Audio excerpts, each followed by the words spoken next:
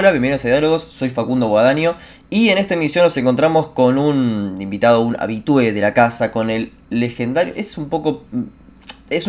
un poco mucho decir legendario, pero notable ensayista argentino Blas Matamoro, en virtud básicamente de presentar su más reciente trabajo que se llama Buenos Aires.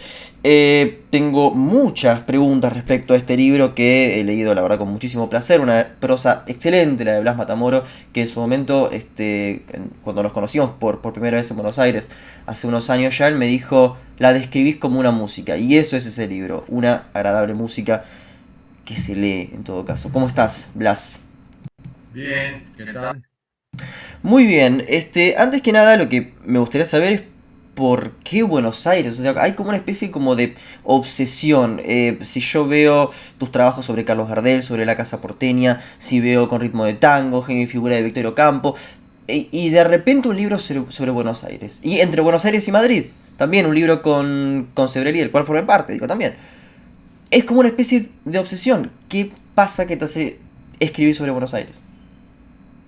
Este libro fue pedido por el editor para una colección de libros sobre ciudades y considero que yo era la persona más indicada que tenía a mano en España, entonces me encargó hacer el libro con toda libertad de formas. Es decir, no me dijo eso se tiene que ajustar a normas editoriales porque la colección es muy heterogénea. Porque, por ejemplo, aparece Paul Morand, que es un escritor francés que tiene que eh, pasar al canon y no se le puede pedir nada porque ha muerto hace muchos años. Y así sucesivamente. Desde luego, referirse a una ciudad como Buenos Aires, que tiene un pasado relativamente breve en relación a las ciudades europeas, no es lo mismo, no es para nada lo mismo, ¿no? No es lo mismo hablar de una ciudad que tiene un pasado que se remota a la conquista fenicia o griega de las colonias españolas, a hablar de Buenos Aires, que es una ciudad más o menos inexistente hasta el siglo XIX, prácticamente, ¿no? Sí, Hasta, de hecho haces básicamente, o sea, el libro comienza con una breve historia. Claro, pues este libro está pensado para lectores españoles en todo caso. Siempre hay como aclaraciones, por ejemplo, de lo que es lo que sería un palurdo para nosotros, para los argentinos. O sea, es como que siempre hay aclaraciones, ¿no? Por esa razón, quizás haces esa rápida historia de Buenos Aires, ¿no? Los primeros dos capítulos. sí, claro, hay que situar a un lector español que no esté sometido a argentinismos. Si se le pone alguno hay que traducirlo, porque si no, no se entiende lo que uno está explicando. Y luego, claro, la historia de una ciudad que empieza por ser un mero fortín en el siglo XVI, en el fines del XVIII la declaran capital de un virreinato y después viene todo el proceso independentista que de guerra civil es muy parecido al de las guerras civiles españolas del 19. Hay que buscar similitudes para que se entiendan las diferencias. Uno Principal. siempre, pero uno siempre hace cortes, ¿no? Uno siempre hace cortes. Y acá yo tengo dos, en realidad son dos preguntas, hay variables, digamos, acá por las cuales vos abarcás a Buenos Aires, que básicamente es una suerte de alma de ciudad, las cuatro fundaciones, las ciudades que comprenden a la ciudad, el cuerpo y dos almas, el tango, quienes narran a la ciudad, los funerales, es decir, los velorios de masas, en el centro del barrio, el psicoanálisis, básicamente, y después un guiño a Cordon con la Reina del Plata. Pero me gustaría empezar por el final, la última página, dice lo siguiente. Te referís al peronismo. El movimiento nacional, fluctuante en lo ideológico, da para todo. Pero esto es lo que más me interesa. Buenos Aires sigue ejerciendo el monopolio espectacular de lo memorable, es decir, la historia nacional. ¿Vos crees que efectivamente, siguiendo a Martínez Estrada, se le dio más importancia a Buenos Aires en detrimento de las provincias y que es efectivamente un país que solo respira y que funciona a partir de Buenos Aires? Sí, porque sigo la figura de Ortega y Gasset respecto a Castilla, ¿no? Castilla hizo España y la deshizo. Y de algún modo Buenos Aires hace a la Argentina por el hecho de ser el único puerto de un país que está vinculado al Atlántico. Y entonces todo lo que fluye, fluye a partir de Buenos Aires o hasta Buenos Aires. Porque la otra sinergia, la antigua sinergia argentina, entre comillas, hacía del norte de la Argentina una dependencia de Lima. Y entonces esta era una ciudad que era perdón, un territorio que dependía lejanamente del Pacífico.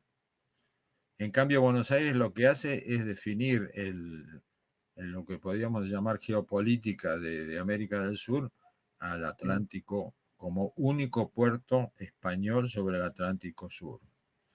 Entonces, toda la, podríamos llamar la dinámica histórica de lo que va a ser la Argentina, que no lo era hasta fines del siglo XIX, tiene como referencia a Buenos Aires. Es imprescindible Buenos Aires, tanto para los llamados federales como para los llamados unitarios, que están todos vinculados a esa unidad a partir del puerto, ¿no?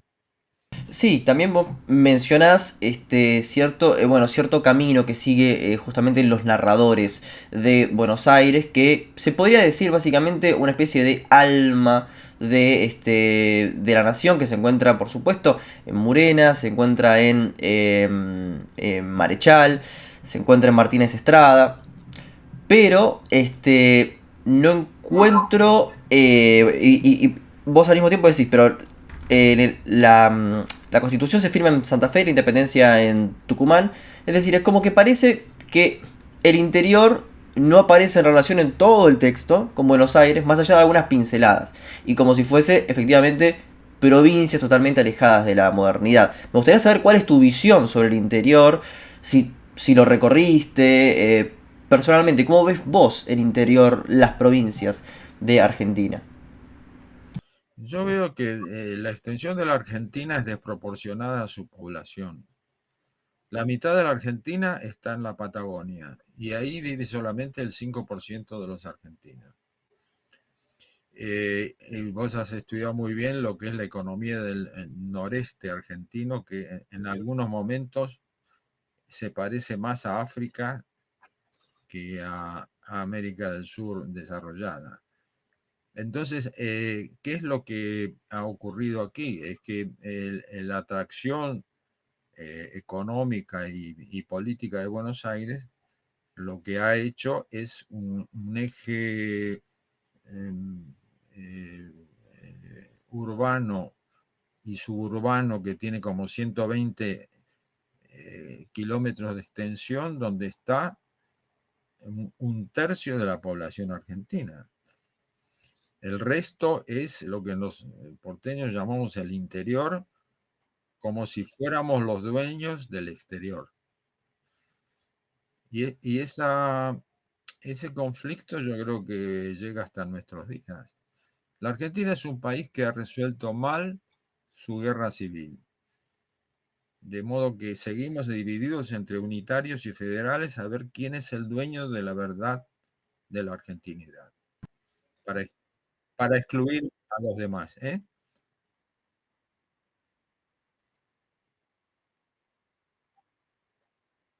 Bueno, yo no diría el mal nacional, diría que es la configuración histórica del país. ¿Cuál es la otra configuración? ¿Cuál es la alternativa que se puede eh, eh, presentar a- al centralismo porteño? No conocemos ninguna, no hay otro polo de desarrollo comparable al que tiene a Buenos Aires como centro.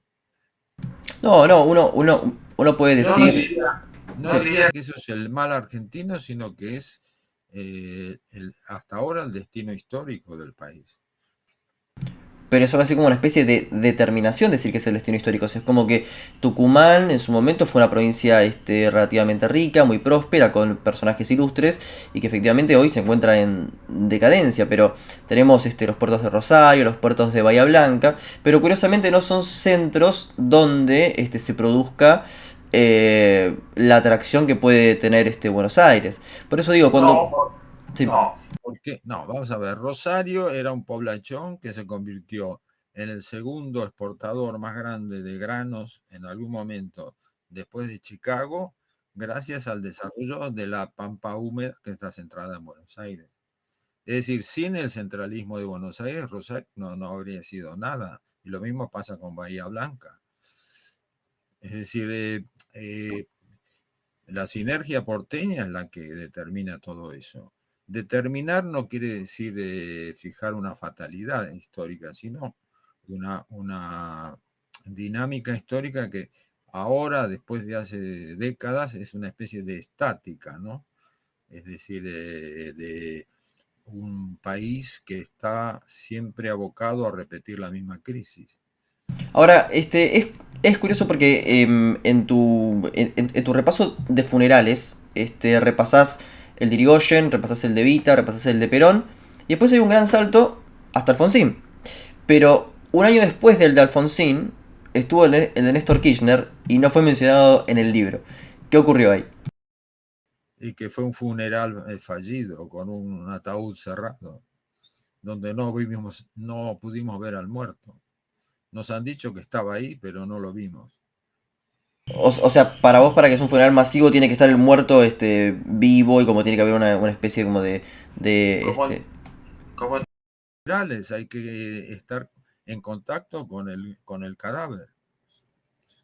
claro. El funeral de Kirchner es parecido al funeral de San Martín en Boulogne-sur-Mer. ¿Quién vio? ¿Quién vio el cadáver de San Martín? ¿Quién vio el cadáver de Rosas? Nadie. Y claro, pero en esta liturgia popular, ¿no enmarcarías también aunque no se vio el cuerpo, pero el velorio de Maradona, que fue masivo, que convocó gente y que fue mundial? ¿No entraría en esa liturgia porteña también, que fue bastante particular, como se les pidió a Maradona, con caravanas, básicamente por todo el país? Pero no se pudo ver su cadáver, esto no lo sé. No se pudo ver, no. Bueno, se lo ocultó. Lo que pasa es que Maradona estaba santificado antes de morir. Tenía una capilla y por lo tanto nadie puede exigir ver el cadáver de un muerto. Si uno va a Roma y rinde homenaje a San Pedro, nadie pide ver el cadáver de San Pedro. ¿El cadáver de Cristo dónde está? Son cadáveres santos. Exacto, y justamente en este texto abordás algo que a mí me hubiese gustado como que estuviera abordado un poco más, que es el fútbol, ¿no? Es como que está muy bien sintetizado porque decís básicamente el fútbol llega a partir de los ingleses, es una cosa de ricos, y después se empieza a mercantilizar hasta que es el fútbol posmoderno, el cual a los 30 sos un inútil que directamente te vas a dedicar a ser representante o un desempleado, un parado o un jubilado.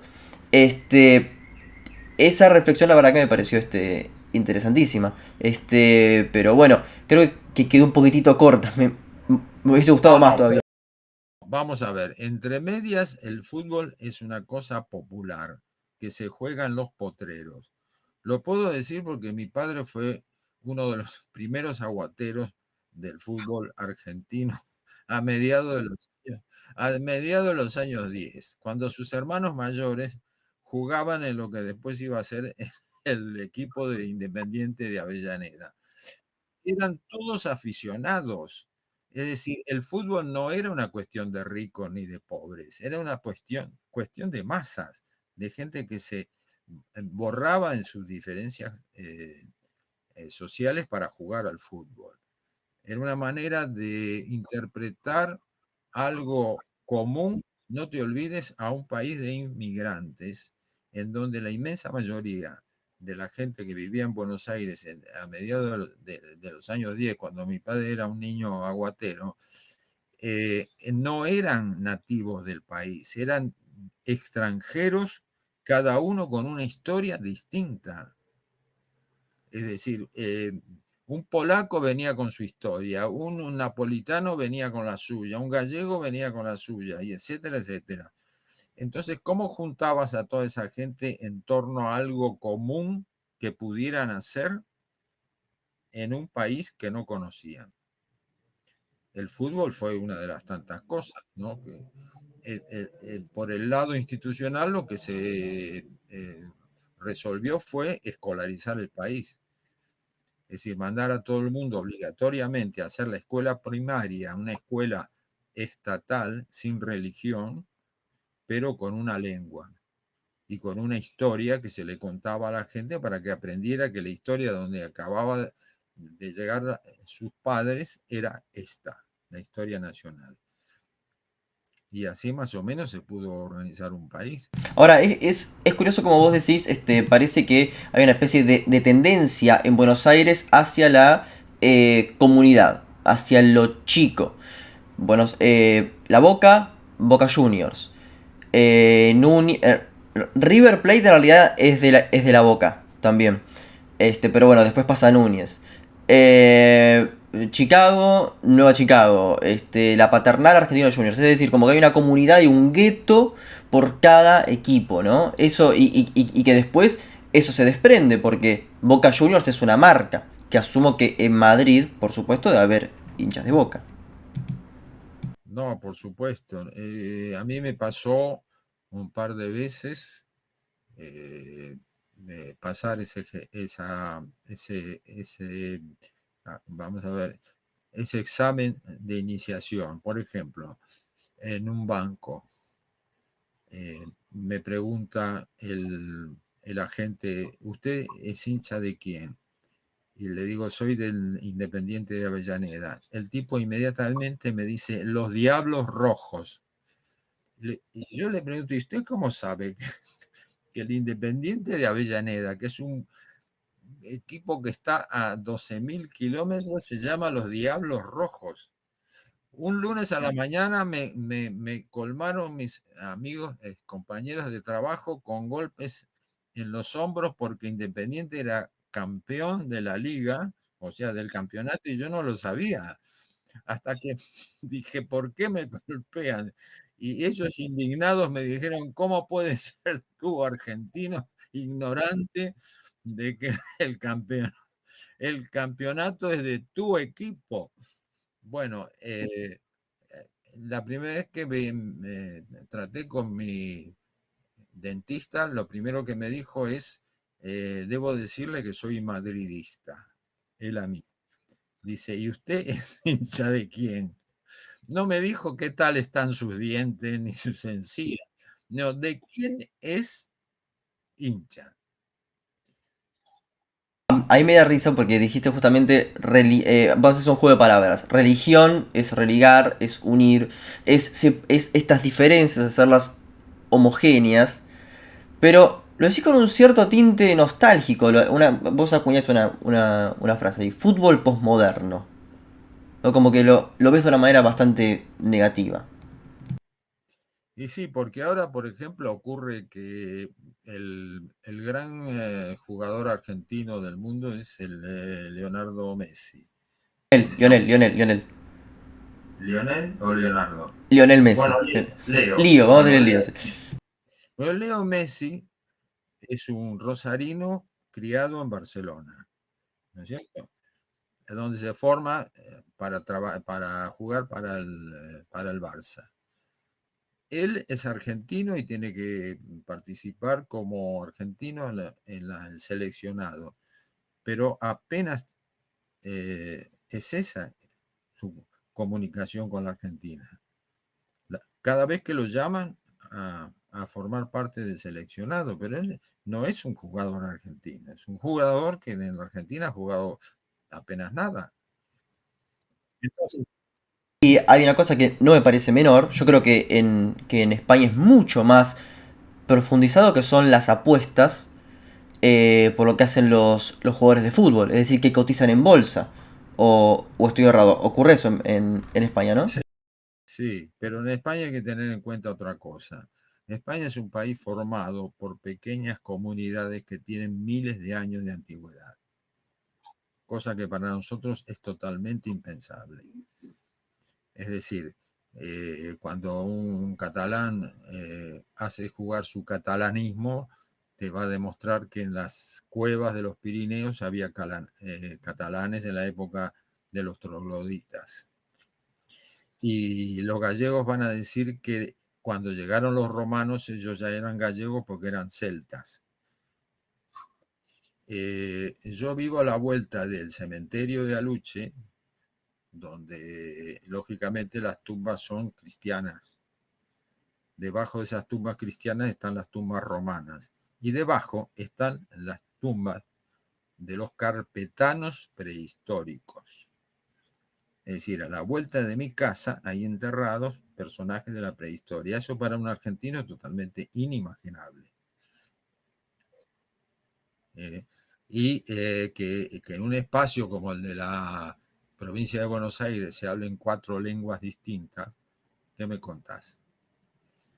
¿Cómo podés concebir que en Tres Arroyos y en Bahía Blanca se abren diversos idiomas? En Quilmes uno y en Trenquelauquen otro. Es impensable.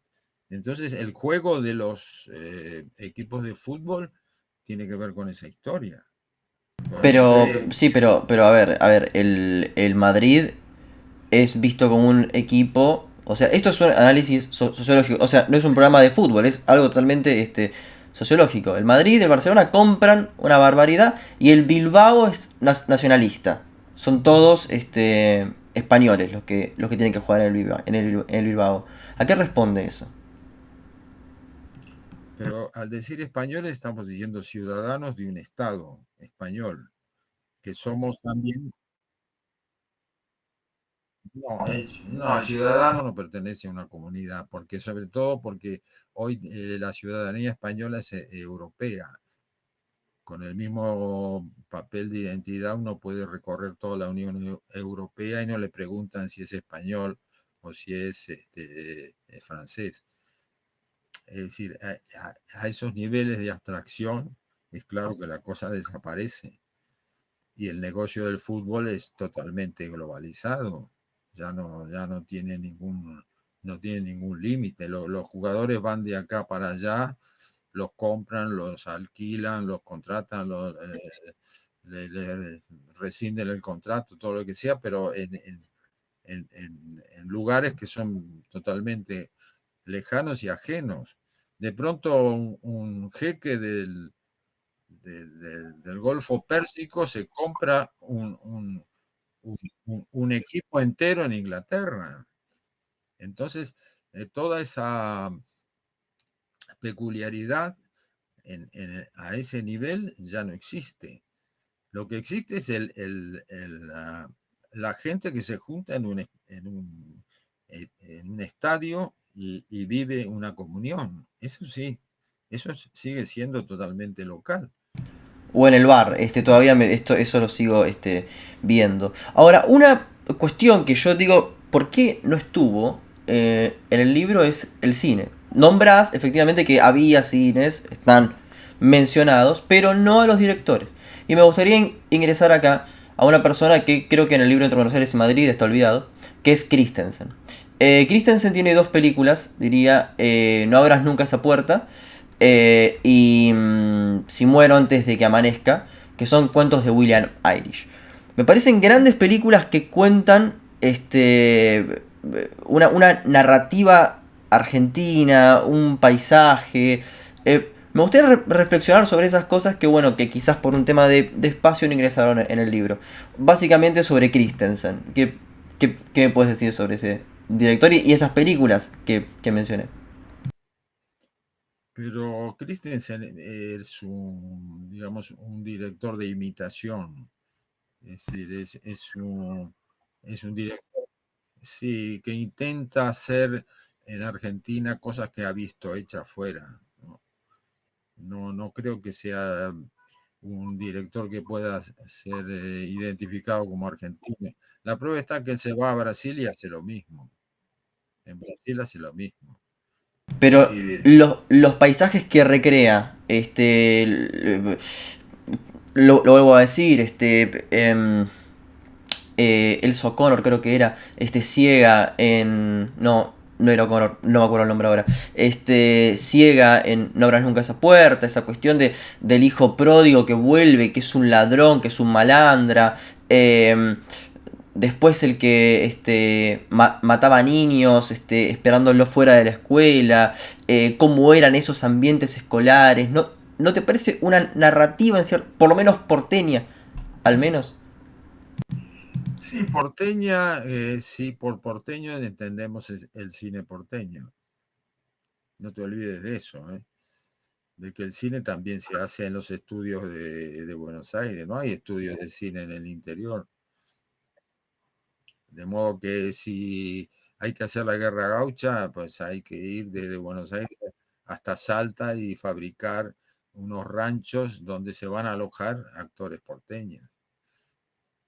Es decir, no, no van salvo la escena en que aparece una cantidad de jinetes del club este del 20 de junio, que son los jinetes de Güemes, pero todo lo demás es porteño. Bueno, mientras el sol me pega en mi cara directamente, sigo comentando. Esto es típico del clima porteño, ¿no? Que en una primavera que estamos con un frío terrible y de repente hay un calor que ahora parezco que estoy en los cielos. Pero, ¿cuál sería entonces el cine porteño? ¿Tiner es el cine porteño? ¿Cuál, Sí, ¿Sí? ¿En qué? sí, claro. ¿En dónde se lo puede ver eso? Y por ejemplo, en Vida Marcada, es, una, es un típico remake de la primera escena de Deshonrada de Stenberg, un baile donde el papel picado y las serpentinas van trazando una telaraña que envuelve a los personajes en una historia que van a vivir. Está muy bien reproducido, pero es el modelo está ahí al alcance de la mano. Es decir, el melodrama bien escrito, literario de Argentina, de esto de Christensen o de Zaslavsky, está hecho sobre el modelo francés. Eso no quiere decir que sea francesado o lo que sea. Por otra parte, el ser afrancesado es propiamente criollo. Como decía Victoria Campo, dice, yo soy afrancesada porque soy criolla, porque no soy francesa. Claro, por Es eso, decir, porque yo pienso en Luis Zaslavsky, Historia de una noche. También es una argentinidad impresionante, aunque aparezca López Lagar, que no se caracterizaba justamente por su argentinidad.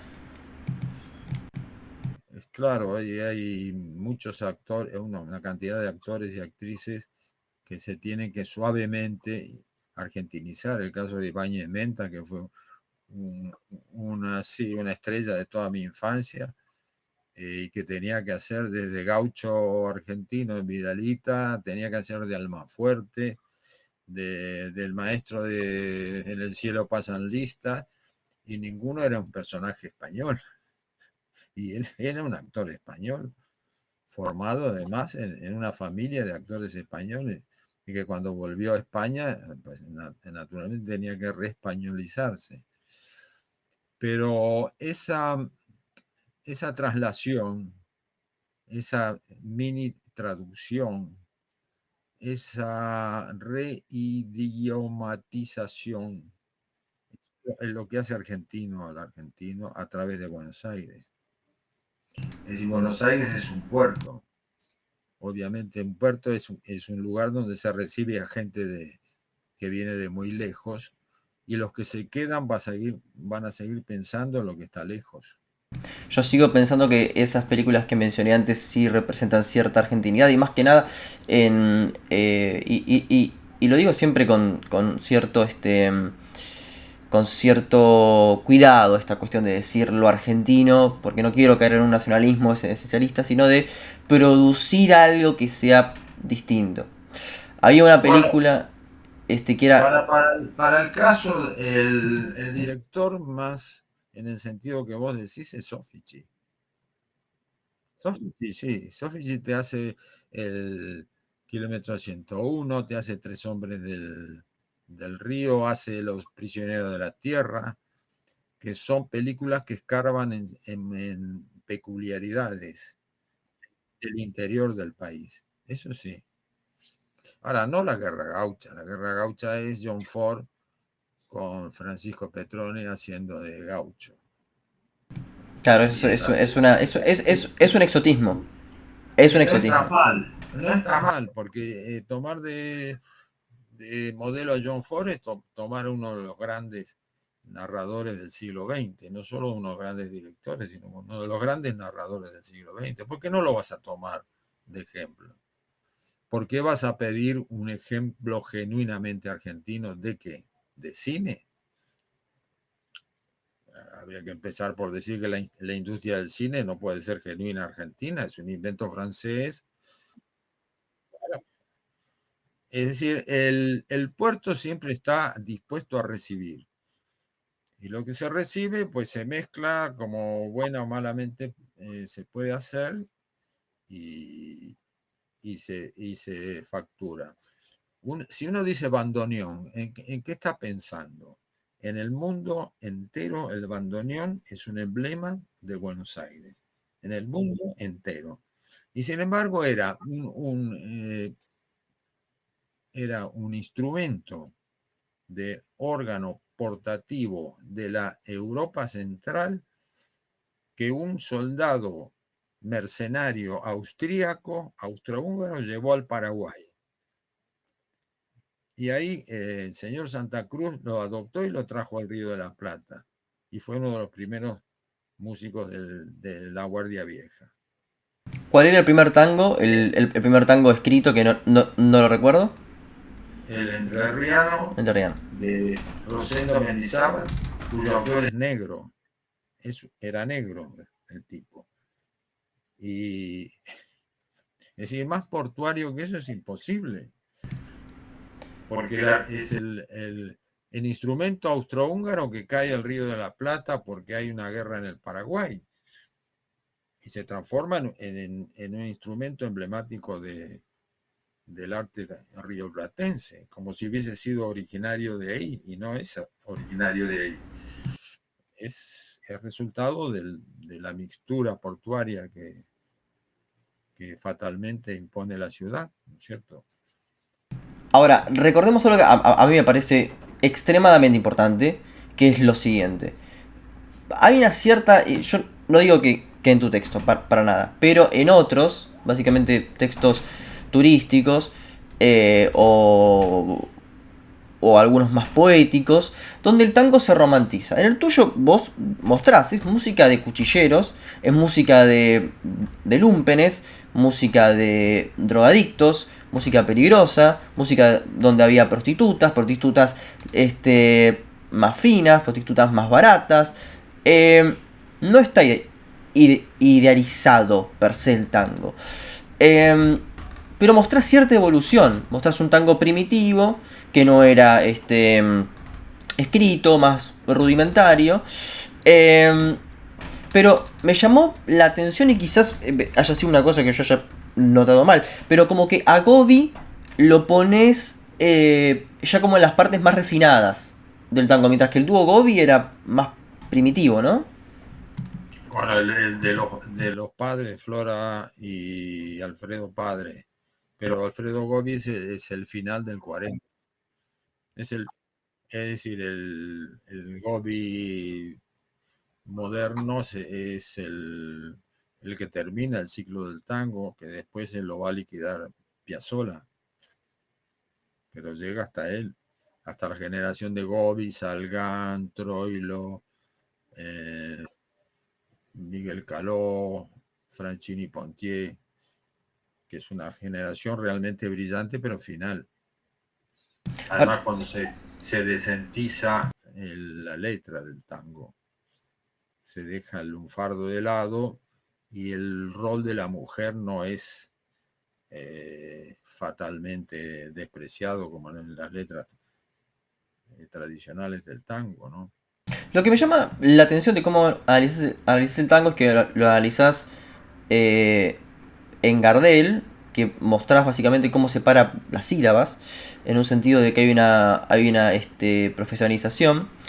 Ahora, esa profesionalización es consciente por parte de los letristas de Gardel, esa complejización de la letra. Y otra cosa, no está mencionado el tango, más que nada la milonga, que puede ser la de Edmundo Rivero, que tiene grandes letras como Tres Puntos, por ejemplo. Los letristas del tango a partir de los años 20 son letristas que han leído el modernismo. Son letristas que adoptan a Rubén Darío a través de Lugones. Eso a Lugones le habrá dado horror porque detestaba el tango, pero no hay, no hay de otra. Es decir, que los crepúsculos del jardín y, y ahí están en las letras de tango y a través de Lugones de Rubén Darío.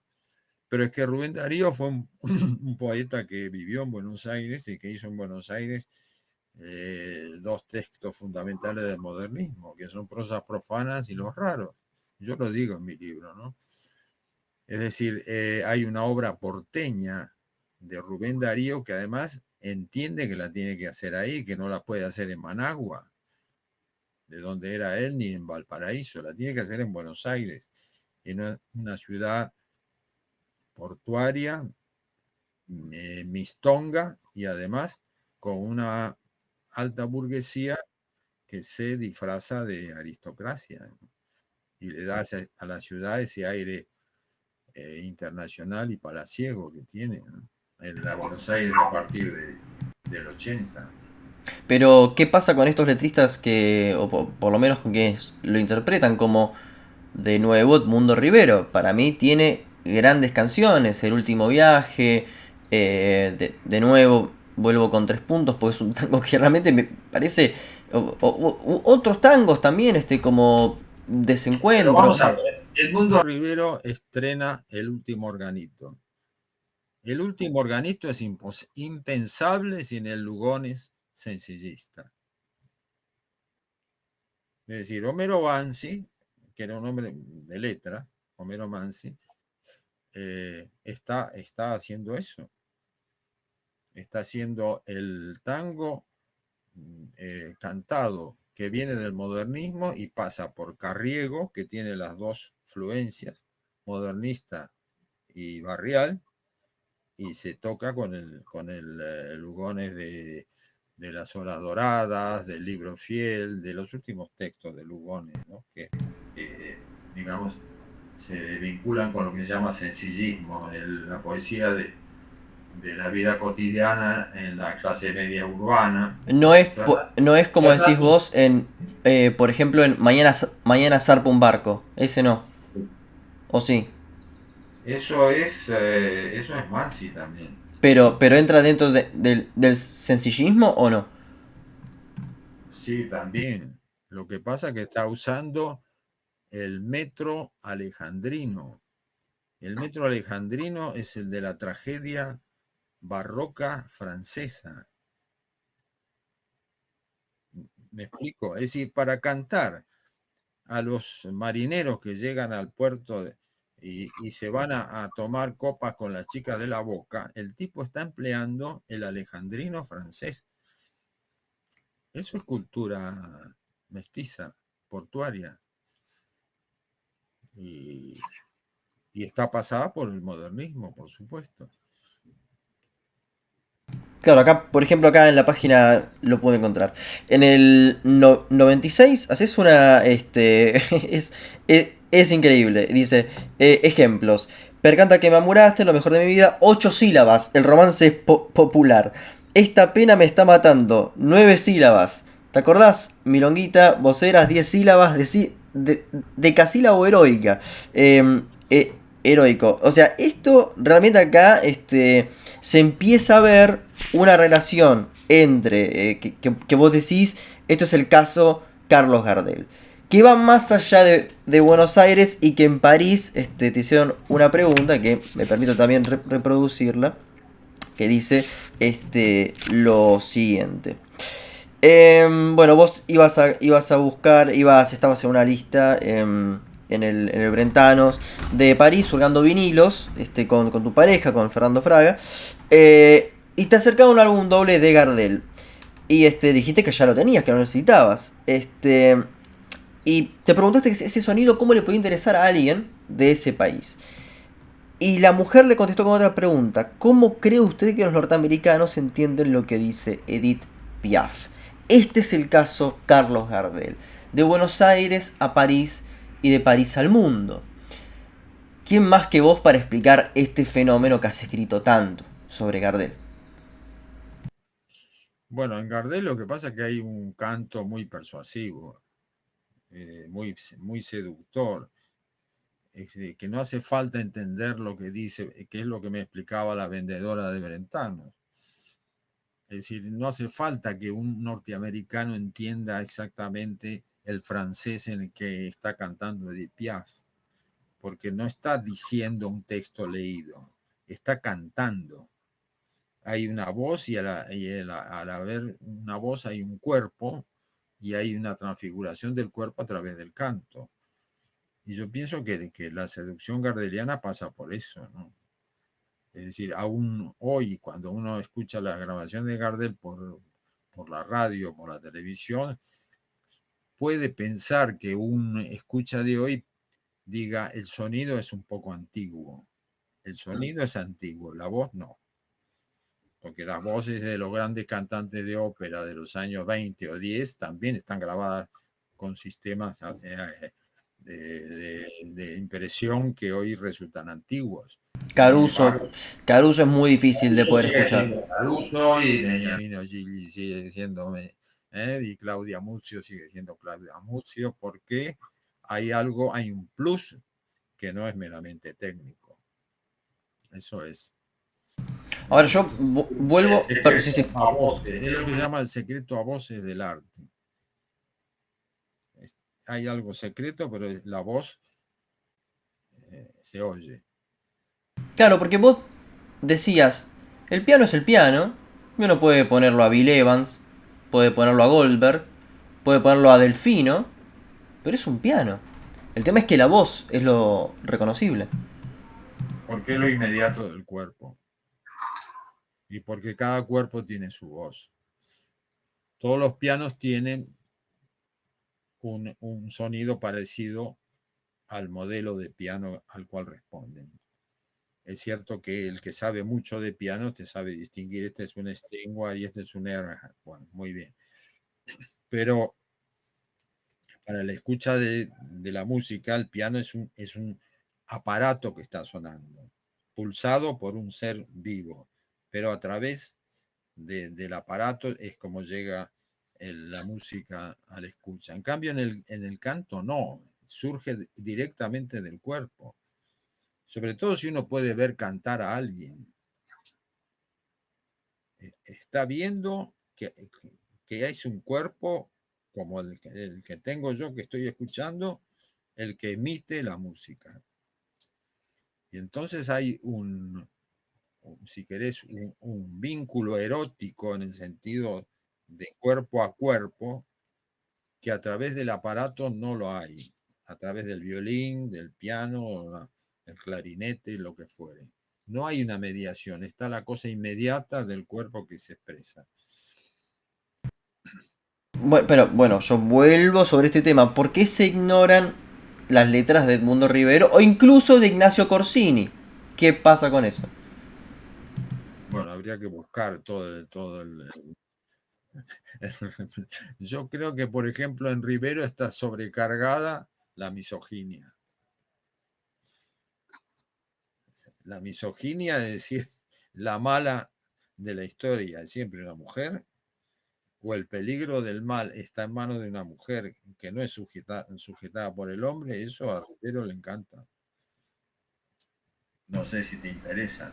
No, Digo que yo no digo que me interesa, no, sino que lo que digo es que un tipo que puede describir con tanta precisión la angustia, por ejemplo, de un trabajador, de un borracho, de un proletario, me parece valioso, aunque claro, también hay contexto. Lo estás diciendo básicamente por el tortazo, por eso. sí, pero es que el personaje de tango tradicional no es un trabajador. Es un muchacho que si se emborracha porque se está pasando su vida en un bar y está lamentando la traición de una mujer o está presumiendo que la mujer que tiene no le va a ser del todo correcta. Alusiones al trabajo hay muy pocas y tiene que ver con un modelo de familia que, en fin, habría que ver por qué es así. Yo lo he visto a veces como una familia sin padre, donde el Al, padre está ausente. La ley eh, está representada por la madre porque no hay padre. sí, siempre... Y no solo que no Sí. hay padre, que nadie se pregunta dónde está, quién fue, eh. por qué no está. Muy raramente aparece un padre, aparece en un tango que se llama Al pie de la Santa Cruz, donde sí que el personaje es un obrero que va a ser expulsado por la ley de residencia. Y entonces los padres van y rezan para que el chico no sea expulsado. Ahí hay un proletario, pero hay un padre. Pero el vago del tango dice no tiene padre, porque pareciera que no tiene un modelo paterno al cual imitar. No, claro, yo estaba ¿Eh? pensando en que era en Vieja Recoba o en un feca que sí que dice, claro, siempre está la madre como el último reservorio de lo bueno, o sea que después de toda del alcohol, de la droga de las mujeres, después del fracaso, uno vuelve al lecho materno. Claro.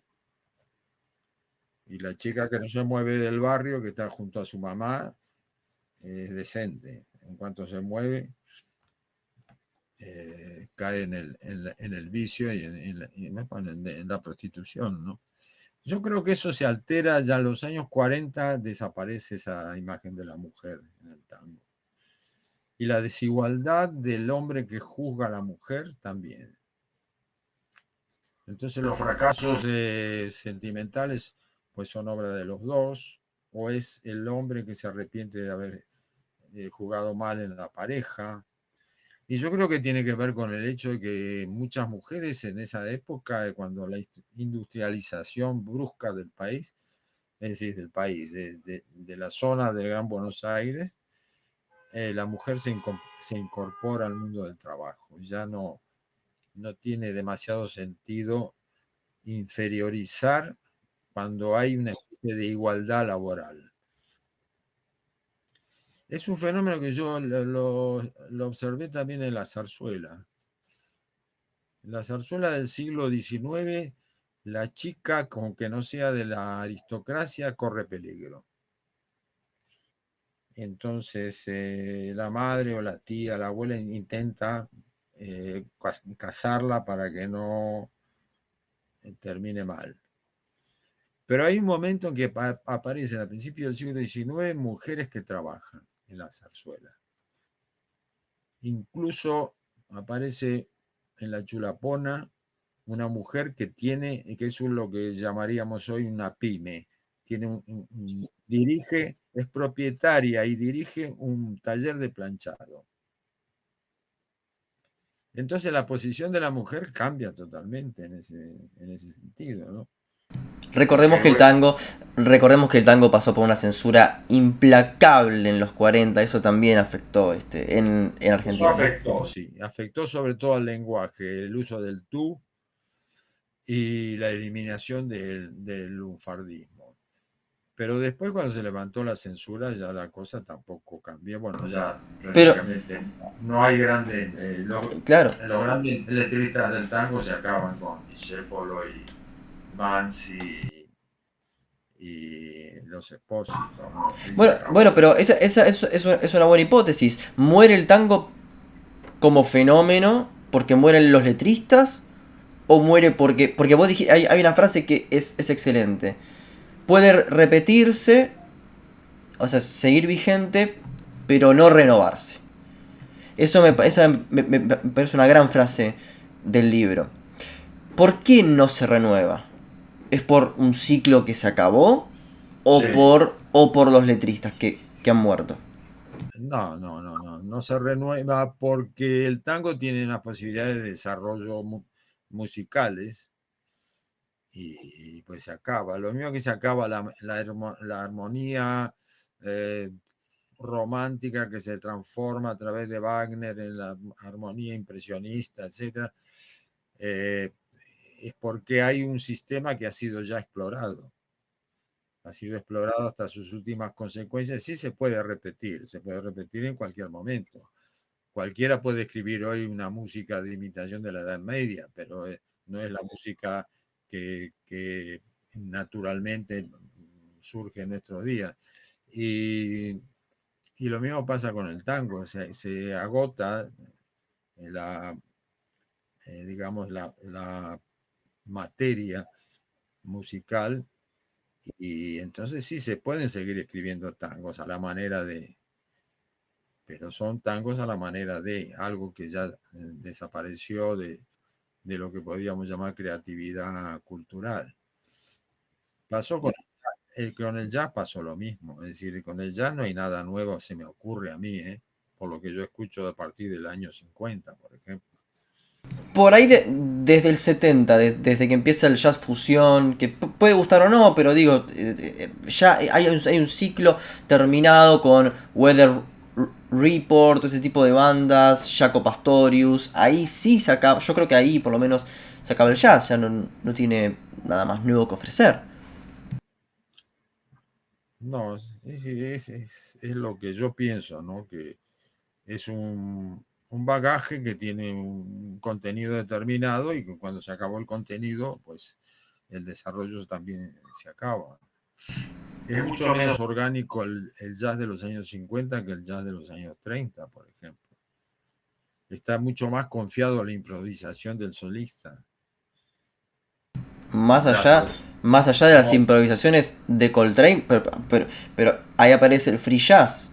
¿Eso se parece menos orgánico? peor me lo pone. Claro, el free jazz ya, más que improvisación, es justamente ocurrencia, ¿no? Es free, es decir, la improvisación está más o menos preparada. Lo free no se puede preparar. Es, es, Exacto, exacto. es mucho más orgánico. El jazz de una gran banda del 40 o en fin, el clásico jazz de club, digamos, de los clásicos de Ellington, es mucho más orgánico de lo que después puede ser esto que decías, el Pajarito, Coltrane o Lionel Hampton. Todo está mucho más confiado a la improvisación del solista. Y la improvisación del solista se desgaja del conjunto. Y en ese sentido, hay una parte quitando toda esta cuestión, bueno, es cultural. Le dedicas un capítulo demoledor a Buenos Aires como capital del psicoanálisis, que tiene una, bueno, acá también recomiendo el libro de Mariano Ben Plotkin, Freud en las Pampas, eh, donde básicamente comentás que es como una especie de usina de pseudociencia y de charlatanes, pero que una característica de Buenos Aires es el psicoanálisis. Sí, porque es un modelo de retórica, o sea, de expresarse para convencer al que escucha. En ese sentido es muy productivo el psicoanálisis, O ¿eh? sea, un chanta porteño, estás diciendo, es un chanta porteño. Sí. Bueno, pero el chanta porteño puede ser muy creativo en el mundo del, de la elocución. No, pero ojo que yo confieso que no conozco la clínica psicoanalítica, ¿eh? Eso Bueno, pero lo digo Sí, como principio. sí, Es decir, pero yo no, desde el punto de vista clínico, yo no puedo decir nada y no lo digo tampoco. Lo decir que que es muy... creo que, Sí, lo que creo que hay una inundación cultural del psicoanálisis en determinados sectores de la sociedad que da como resultado eso, ¿no? Y que sí, que el psicoanálisis no lo dice, pero actúa como un sucedáneo de las religiones. Las religiones institucionales que empiezan a ser desmontadas por la cultura secularizante y porque se agotan también en su mensaje frente al mundo moderno, son sustituidas, por ejemplo, por el psicoanálisis.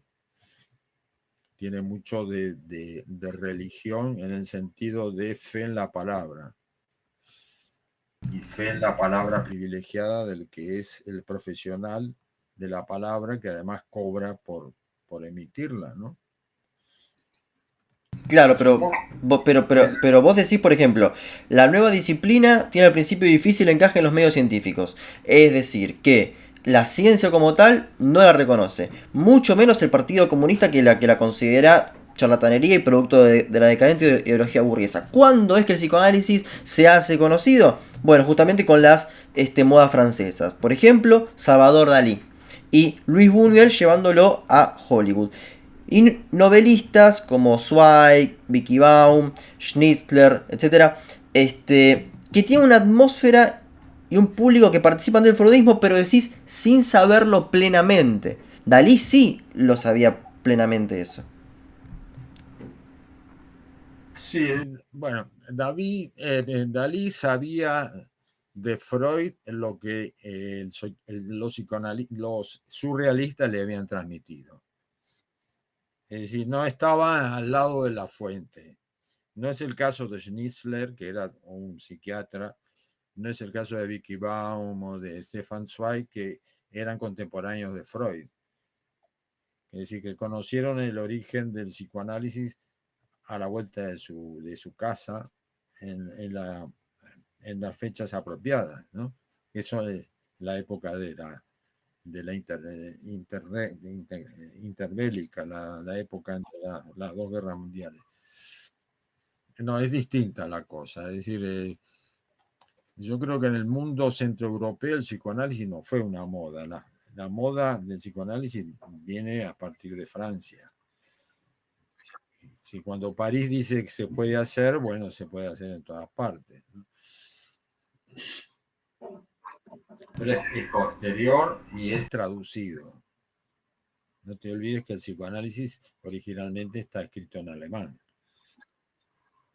Es decir, que para llegar al resto del mundo, si uno no sabe alemán, está frito. Necesita un mediador cultural privilegiado como es el francés. Ahora, en otra cosa, vos cuando hablas de narradores de Buenos Aires, te encargas de básicamente los ensayistas hasta el 40. O sea, tu fin es Radiografía de la Pampa, que en realidad no es del 40, pero bueno, más o menos para esas fechas. Y después, novelistas.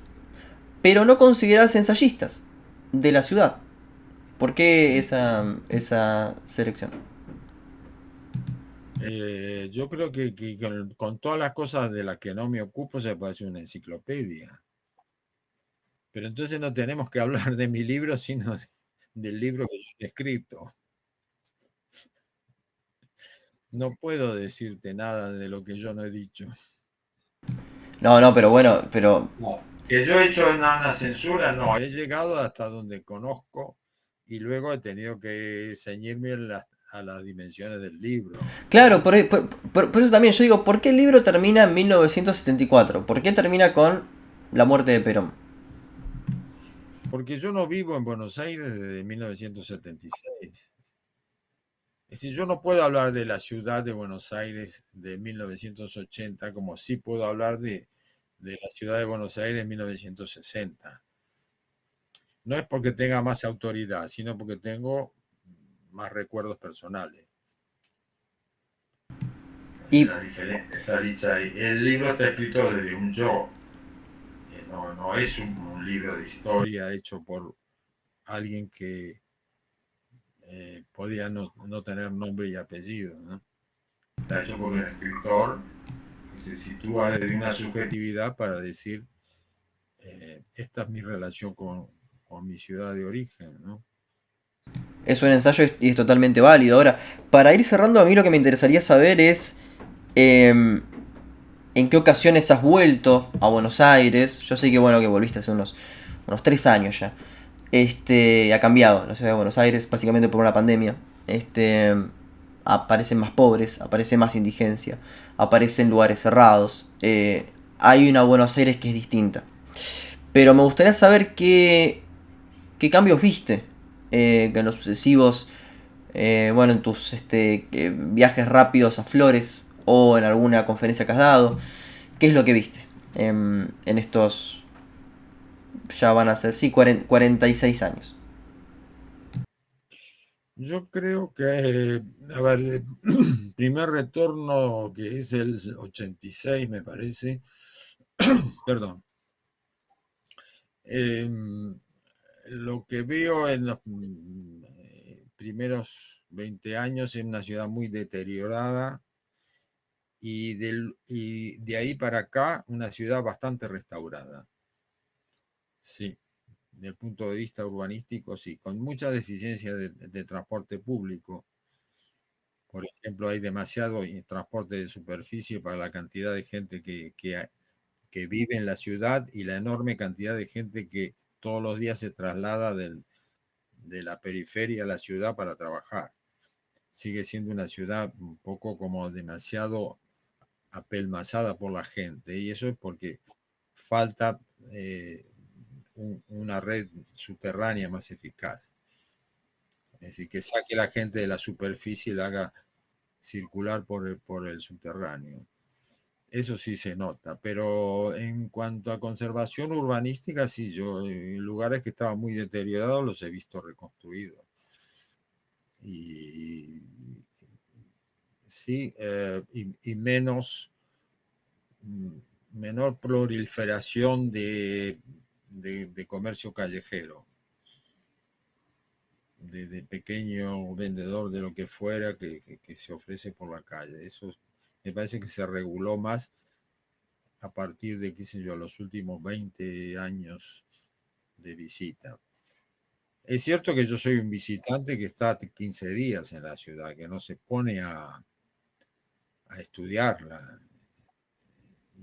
Y además que yo me muevo por la ciudad estrictamente ciudad, no por el Gran Buenos Aires, que ya me parece que debe ser un mundo bastante distinto, ¿no? Pero porque lo fue también siempre, ¿no? Ahora a lo mejor la distinción se acentúa más y se duele más, ¿no? Por cuestiones de seguridad, de inseguridad, de violencia cotidiana, en fin, lo que sea, no lo sé. Pero no puedo decir nada demasiado importantes en ese. Pero tus travesías suelen ser por Flores, por No, no, no hay, Microcentro. no hay por el centro y además yo me dedico a caminar, siempre por el eje este-oeste, te diría, menos por el eje norte-sur, menos, pero también si se plantea irse para los barrios del norte o, bueno, por todo el,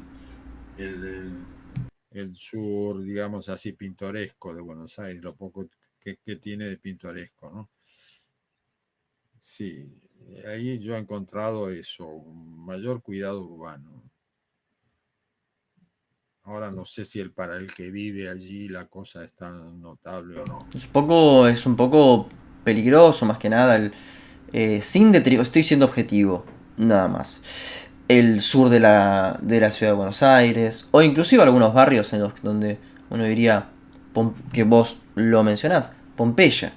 Es un lugar excesivamente peligroso. Y el mismo Flores, que bueno, que seguramente lo habrás vuelto a recorrer. Avenida Rivadavia, por ejemplo.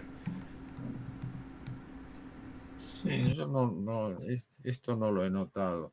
Había núcleos entrando por Flores al sur, pero me parece que eso no, ya no lo he visto en las últimas veces.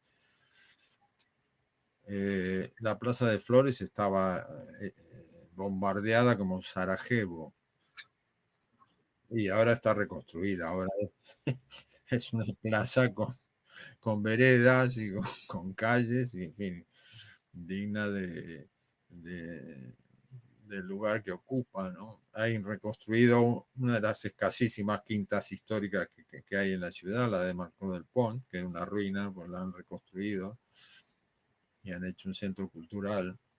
Lo digo porque Flores es el barrio donde yo trabajé de maestro, ¿no? Durante varios años he ido todos los días a la plaza a dar clases. Y siempre me dolía ver los aledaños de la estación de trenes y todo eso como los restos de algo, ¿no? Y ahora lo he visto repuesto. Ahora, vos nunca fuiste para esos lados tan impersonales y lo que Marco J diría los no lugares, que es el famoso Palermo Hollywood. ¿No has ido para esos lugares? Sí, sí, he ido ahí, sí. Bueno, ¿y qué te pareció eso? Y eso era bastante Hollywood. No, me pareció que ahí se había trasladado la bohemia dorada de la calle Florida, de los años Si 60. eso es Bohemia Dorada, si esa cuestión. Si, Sí, si esa cuestión de youtubers, influencers sí. eh, y fans de la astrología que pululan por Palermo Hollywood es la Sí. bohemia ¿Y, que y nos qué te queda. crees que era la bohemia del Instituto de Itela y del Florida Garden? Bueno, en todo caso había una idealización del Ditela. En todo caso. Sí. No, pero astrólogos eran devotos de la astrología, de leer la revista Planeta, del retorno de los brujos, junto con el libro rojo de Mao. Eso era Florida y Paraguay, ¿eh? No te confundas. Es bueno No para te olvides que yo desmitificar. soy la generación de los montoneros, ¿eh? Ujú. Los dirigentes montoneros son de mi edad, los que estén vivos. Es decir, que todo esto lo he visto más o menos en pañales. Es que uno ve también hoy como las influencias aparecen por canales de YouTube, donde la información es consumida rápidamente, donde se leen apresuradamente libros y al leerlos apresuradamente, como vos decís con el libro rojo de Mao en su momento, hoy increíblemente con la astrología en su auge y con una sensación de esta cuestión juvenil que se trasladó hacia el rock. Y que si uno hace un esfuerzo, sí es comparable a lo que pasaba en el Ditela. Solamente con una cuestión, que el Ditela pretendía innovar, hoy en todo caso se está repitiendo. Bueno, el Ditela sí actualizaba la neovanguardia, más que otra cosa. Y claro que era innovar, pero innovar porque se mostraba pintura abstracta, no, eso no era novedoso, porque había eh, una estética del juego donde vos podías entrar y ponerte a jugar con subes y bajas, porque se conocía el teatro de Beckett, ya se había conocido antes el, el teatro de Beckett de los teatros independientes. Y además, ¿qué más podía hacer? Recuerdo que la exposición de Le Parc en el Ditela se hizo después que una exposición en el Museo de Bellas Artes, ya se había conocido. La música atonal se conocía en Buenos Aires en los años 20. Todo eso se institucionalizó, sí, se organizó mejor, había lugares donde se podía aprender más de esto y de aquello, pero no se descubrió la mortadela de Bolonia, estaba descubierta ya en esa época. Fue una, Todo pas- lo que era, fue una no te pasión olvides juvenil, entonces. lo que era llamada vanguardia en los años 60, era la institucionalización de la vanguardia de los años 10 y los años 20. Esa es la vanguardia histórica que se produce en circunstancias en donde, digamos así, es natural que se vanguardice, pero lo demás fue hacer una especie de academia de la vanguardia y de moda de la vanguardia. Exactamente, sí, como que fue como una especie de pasión juvenil. Hoy el Ditela también es reivindicado como, wow, la cosa, que realmente cambió todo y no sé Pasión hasta que... juvenil porque éramos jóvenes, lo que Por ahora eso somos digo, viejos, sí. jóvenes. Es una cosa que le ocurre a todo el mundo, que es joven en una época de su vida y después cambia de opinión y se vuelve viejo. A todos nos pasa, ¿no? Que en un momento dado decimos, por caramba, tengo tantos años, voy a intentar actualizarme. Eh, Supongo que después viene otra juventud y dice, no, la juventud tiene esta estafeta, ¿no? Y no, pero ese vanguardismo está mezclado con creencias muy primarias como esta que te digo. Bueno, no has leído nunca la revista Planeta. Es, No, no he leído exactamente. bueno, un libro que se llamaba El retorno de los brujos. No, no, yo he Y, leído cosas, mira, y yo no, como... en los visitantes ultraterrestres. Todo eso estaba mezclado con la idea de que había que hacer una revolución socialista, comunista, universal. Que también ocurría, y yo quiero hacer un punto sobre esto. Examinemos lo que decían las letras del rock argentino en los 60 o en los 70. Miguel Abuelo hablaba de la era de Acuario. La era de Acuario que es una creencia New Age.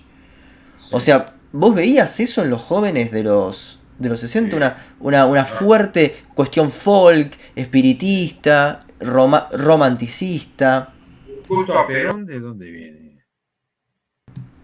Bueno, Perón, que era un líder juvenil, porque era un joven que venía a proponer, renovar y revolucionar algo.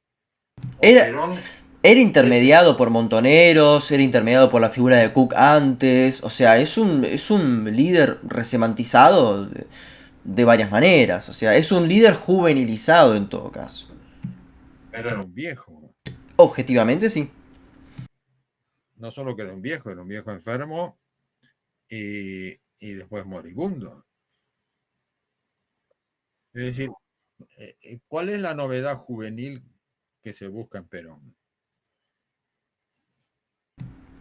La novedad juvenil que se busca en Perón era la que proponía un grupo de personas que proponían un nuevo peronismo, en la resemantización de una corriente política. Vamos a ver, la multitud lo va a buscar, por lo menos se reúne para estar con él. Bueno, ese fue el Perón real, el Perón de López Rega, claro, sí. Pero es que ¿qué otro Perón había? No, digo que en el imaginario peronista confluían y confluyen varios perones al mismo tiempo. Ah, siempre ha sido así. El peronismo siempre ha sido todo. Todo cabe ahí, todo puede salir y por lo tanto se puede aplicar cualquier política en nombre del peronismo, cualquiera, desde la más populista, la más neoliberal, al repartijo, al ajuste, todo. Por eso que el peronismo tiene respuestas ante cualquier situación, porque ha ensayado todas. Eso es así, el peronismo es eso, es decir, es algo amorfo que cobra formas momentáneas que se ajustan a la oportunidad política del momento. Y eso así lo hizo Perón. Pero te quiero decir que hay toda una juventud que confluye en el retorno de Perón, que de juvenil no tiene nada. Perón es lo viejo, ¿Vos te es un referís viejo. ¿A Perón o a sus allegados? A Sí, Cafiero. bueno, pero y los allegados a Perón no son Perón.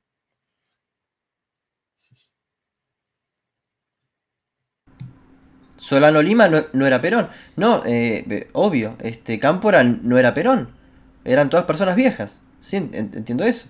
Pero la juventud, Abal Medina, Firmenich, bueno, era, era otra lectura, sin reivindicarla, digo, ¿no? Pero sino de la posibilidad de que había otro Perón, ¿no? Abal Medina y Firmenich eran jóvenes del nacionalismo católico de la Tacuara, los que venían con cadenas y candados a rompernos el mocho en las reuniones de los reformistas en la universidad. ¿Estamos? ¿Tuviste trato con Firmenich y con Abal Medina? No, no, cuando estaba en la COFADE, cuando empezó a aparecer esta gente que quería absorber, yo me fui porque digo, ¿esto qué es? Ya bastante era lo que se llamaba la tendencia, que era estar de pie junto a Perón contra Bandor y tenías que estar de acuerdo con toda la ultraderecha de los fascistas peronistas del 40. Ya había que tragar. Bueno, pero ya los jóvenes de la Tacuara, a mí no me convencían. Pero volviendo con lo último que te quería comentar, que era, ¿cómo viviste vos esta emergencia al rock argentino, ¿no? Que en su momento era cantar en inglés y de repente se empieza a cantar en español con letras que reivindican al campo sobre la ciudad, de cierta cuestión espiritista. ¿Cómo veías esa juventud rockera? No, pero yo de rock no sé nada. No, pero fuiste contemporáneo al menos. Y hay muchas cosas contemporáneas a mí de las que no sé nada. Ahí tendría que meter la pata y no. Está bien, está Ahora bien. que el movimiento beat sí tenía mucho de naturalismo, de ecologismo, sí, bueno, pero también de fumar drogas, pero fumarlas al aire libre, yo no sé, de hacer conciertos al aire libre en lugares campestres. Sí, había un aspecto así naturalista. Ahora yo no participé de todo eso, así que no te puedo decir nada. Bastante, no, claro, era bastante ingenuo esa aproximación que se ve, bueno, básicamente en Woodstock. Hay un documental de Martin Scorsese sobre Woodstock que me gustaría recomendar, lo que fueron esos días realmente Sí, patéticos. Y de cómo termina y cómo terminan los 60 con la represión este, de Woodstock. pero te digo que en la provincia de Buenos Aires, chicos de ciudad se iban a Lobos, al campo, porque había un concierto de rock. Eso recuerdo yo, sí. Exactamente, en realidad las afueras del AMBA, del área metropolitana de Buenos Aires, como el reservorio de lo bueno, lo bello y lo verdadero. Y así vamos cerrando este capítulo de diálogos. La verdad, Blas, muchísimas gracias por tu tiempo, pero sos una persona incansable. No sé cuántos libros sacás por año, yo realmente ya perdí la cuenta. ¿Estás trabajando en algún otro libro? Seguramente sí. No, No. no. ¿Qué pasó con lo que ocurría sobre Heidegger? Que me mencionas. No, pero eso es un ensayo para una revista de filosofía que se está formando, que se llama Filosofía en Company. Bueno, yo espero, atento, tu próximo libro. Confío en que lo podrás hacer, rápidamente. Ya no sé. No, pero yo te debo decir, te debo aclarar ese dato. Este año se han publicado 4 libros míos. Bueno, pero es una novela que tiene como 15 años. Otra es una, otra es una reedición y otras dos son pedidos de editores, no son libros que yo, por ejemplo, este libro sobre Buenos Aires no lo habría hecho espontáneamente. Sí, se puede ver. Esto es un pedido editorial. El libro que tú organizaste de conversaciones con Sebrelli entre Buenos Aires y Madrid, ¿no? Se llama así, bien. Eso fue un pedido editorial también, no se me ocurrió a mí. Yo este año no escribí ninguno de esos libros, más que este pequeño libro sobre la ciudad. O sea, de pronto se te acumulan así circunstancias editoriales y parece que yo haya escrito 4 libros en un año, pero no, no es así. Eso es una apariencia que se da por, bueno, como se dan todas las cosas en el mundo editorial que para un escritor suelen ser casuales. Pero no hay alguna inquietud nueva. ¿Cómo? ¿No hay alguna inquietud nueva que te invite a escribir? Ya no sé, ya has escrito sobre Wagner, Nietzsche y la música, hay un montón de cosas. ¿No hay otra nueva inquietud que te mueva para un nuevo ensayo? Bueno, las inquietudes se revelan de golpe, ¿no? No las cultiva nadie. Si aparece alguna, pues ya está. Pero no, no quiero decir que, vamos a ver, lo que un escritor hace es escribir, no publicar. Eso quería decir. Publicar, publican los editores. Y pasan estas cosas. Y pasan estas cosas como que de repente te dio una especie de hiperactividad y publicaste 4 libros en un año. ¿Qué no Y ocurrió? bueno, de todos los 4, el único que he escrito este año es este libro sobre Buenos Aires, que como vos decías es una obsesión, es claro que es obsesiva. Yo le debo 34 años fundamentales de mi vida a la ciudad. ¿No pensás en volver a Buenos Aires? Hace 3 años que no venís. ¿No pensás en un Bueno, viaje? ya veremos. Si yo pienso en ir, vamos a ver cómo se acomodan las cosas. Me alegra. Blas, bueno, como siempre, para cerrar, te pido. Esta vez te pido 3 cosas. Una película que consideres que tiene el talante argentino. Una canción que represente esta beta argentina. Y un libro. Puede ser ficción o no ficción. No podés poner Sanssouci como canción porque ya la elegiste en el diálogo anterior. O sea que no puedo elegir ningún tango. Sí, podés, pero no ese. Mi refugio de Cobian Perfecto. elegiría. Un libro, bueno, la mejor novela que se escribió en la Argentina, que es El juguete rabioso de Roberto Art. Ok.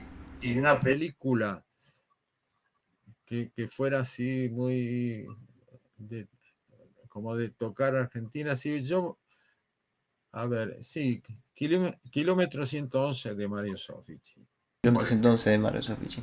Bueno, la verdad, Blas, ha sido un placer conversar con vos de nuevo. Como siempre, ansiando este tipo de encuentros con vos. Y bueno, esperando a que pronto puedas volver a Buenos Aires. Así que bueno, Muchas vamos gracias. cerrando. Bueno, Muchas gracias. Soy Facundo Baño, nos encontramos en otra emisión de Diálogos.